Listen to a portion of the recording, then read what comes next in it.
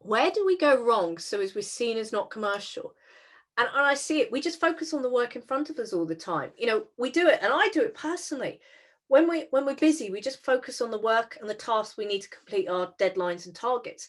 After all, that's what you get managed on day in, day out. And this is part of the problem we have, is that we get too focused on what's the work in front of us. Just put your hand up if you can relate to this one. Yeah, Kanika, Kai, Louise, Alison, Yvonne, Nicola, Philip, Geridian, absolutely. We just get, and this, if if you take one thing away from today, it's about just taking the time to check in. As David said, clients are often lonely. As a business owner, I've had some of the loneliest 9 months, 12 months since the pandemic's hit. The most valuable conversations have been with my outsourced FD. You know, if you make that time and they know you're doing it and the clock's not on, this builds the relationship and credibility. But by not by not by not actually taking the time to think about what's important for the firm, by not taking the time to develop ourselves, raise our profile, what happens is we get seen as a good workhorse. And getting seen as a good workhorse is good because it means you still have a job. It's good because I'll come back on in a moment. It means it's good because you get bonuses, but it also means that your career just stagnates where it is. Because if you're good at doing the work, you're never going to move beyond manager, senior manager. Never going to move that. Having happy clients is one thing, but you've got to demonstrate more. But we often don't make the time to find out more about the work than what actually needs to be done. You know, do we actually listen to how the client wants to work? Do they want those regular check-ins and detailed reports? Do they want to just be left alone? You know, come back to me when you've done this. Do we really understand what truly matters to them? At the beginning of we pick up the work, do we actually say to them, what does success look like? You know, and these conversations about understanding how they want to work with you help develop that much stronger relationship. This increases the chance of identifying future work, and it will move you into that trusted advisor role. And when you're trusted advisor, you're seen as commercial.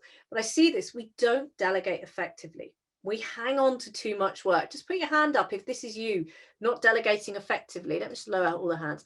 Who is this you? That we don't delegate effectively, hang on to too much work. Absolutely, Philip, I hear you. And Yvonne, yeah, we do this. We think, and Ian, yeah, we think only I can do this.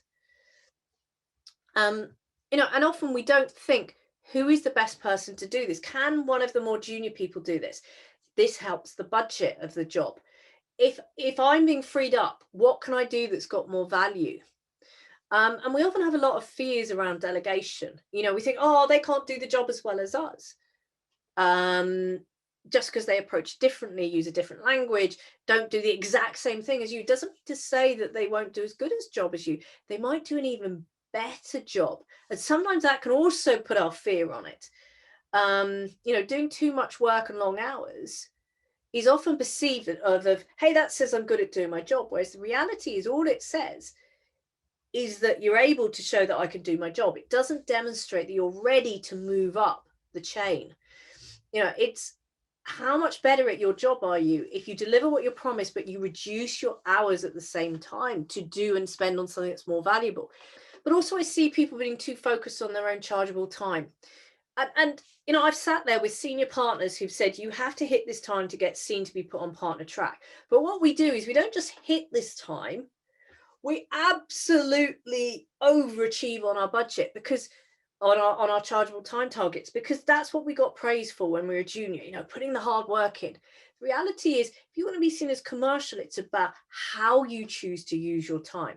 So if you kind of get massive bonuses because of you're overachieving your chargeable time, what are you saying no to as a result? We have to remember that every time we go over our chargeable time targets, we are saying no to another bit of to a responsibility that our partners want us to do to demonstrate we're ready for partnership.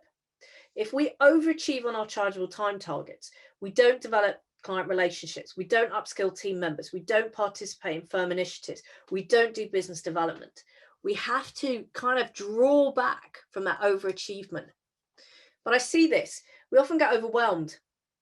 So as a result, we focus on the small things or the less valuable activities, such as, well, I've got to get this done for the client. And as a result, we're more likely to make mistakes or less likely to see potential issues before they arise, because we haven't got that valuable thinking time. And the reality is, David has said, your clients don't care about your recovery time. All they care about is, are you delivering what you say you're going to do, which you're going to come on to, and is it within the budget? They don't care about, how much capacity your firm does or doesn't have. That's for you to worry about. What you need to worry about is delivering and making sure that your client gets what you need to make sure of, that you're putting yourself in the client's shoes and you're delivering the best thing they can do for them, but you're looking at ways that you can deliver to be more cost effective for the business. But we see this, that people don't look for more work opportunities when working day to day with a client.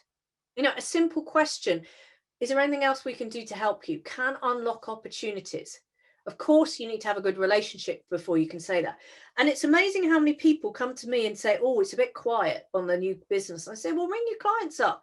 They ring their clients up. And the next thing I hear, oh, we're really busy. Our clients had stuff for us. There is a lot of value in just picking up the phone and checking in with a client. But we don't do this. We just get on with the matter at hand. As I said, we do have to challenge partners and clients when budgets for jobs are too low. If you raise this with your partner as senior manager, it demonstrates your commerciality. It demonstrates you understand the reality of the work. Now, of course, we've all been there. Partners are not necessarily going to go, well, we can put the budget up, because sometimes that's the reality. But at least you've then got a stake in the ground on how jobs should be priced in the future. And you've got something to come back when the client says, well, you can't bill all of that. I know it's going to be write-offs. It's going to hit your write-off KPI. But I see this happening a lot. In fact, in my BDO days, we literally had courses to talk about being proactive about fees. And when you talk, often client complaints come around a link to fees, from late billing to unexpected increases.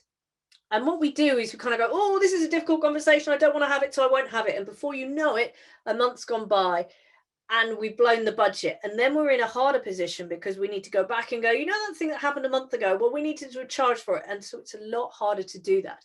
By having those conversations earlier, reduces client frustrations. It also reminds the client of the value of your advice.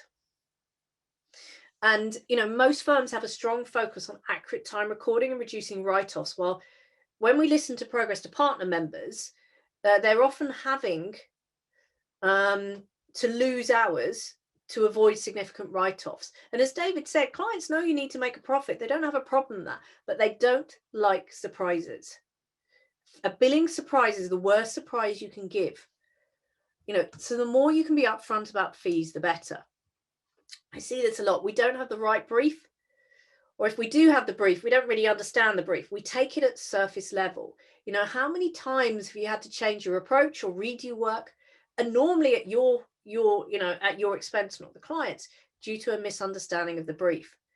And all too often we just go, oh, you want to do this? That's fine. We don't ask the questions to check the understanding of the real brief that can save a lot of this rework. But there's another one, how many times have you experienced a client asking for or needing work that is outside of scope, and you just get on with it because you want to delight the client?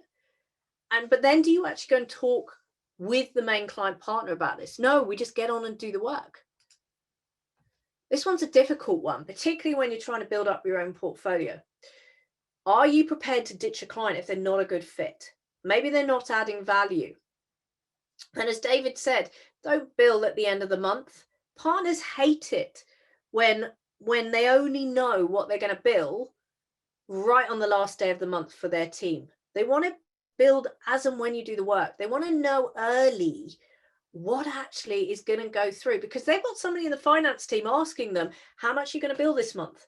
And that finance person one doesn't want to know on the last day of the month. So bill when you've done the work. Don't wait until that call goes up that says, get all your bills in that you haven't done. You should never ever get all your bills in at the end of the month, because they should have been done as soon as possible through the month.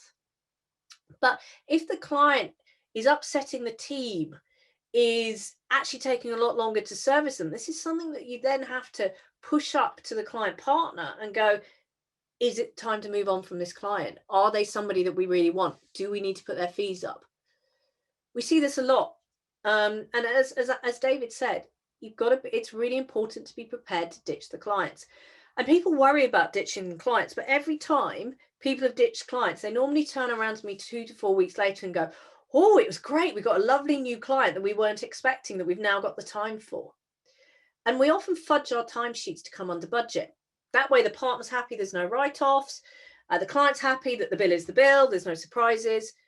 But what that actually means, that fudging our timesheet, is that the partner's not going to potentially not quote correctly for this type of client. Because if you're in the type of work where the business just does a lot of the same thing time and time again for one client, maybe the audit, maybe the tax affairs, that they're doing similar work, they'll look at what was last year. Yeah, and David's actually really quite correct there. You'll be surprised how many clients are willing to pay more if they realize that the alternative is that they're going to be finding a new accountant, auditor, lawyer. You'll be surprised how many will pay more. We say to people, if you don't like a client, double their fees. As I say, you probably might like them a lot more when they're paying you properly. And amazing, sometimes they go, yeah, they accept the quote. It's amazing what happens. But if we're not telling the partner how much time this actually takes, the partner's going to think we can do more than we can, which is already, we're not thinking commercially.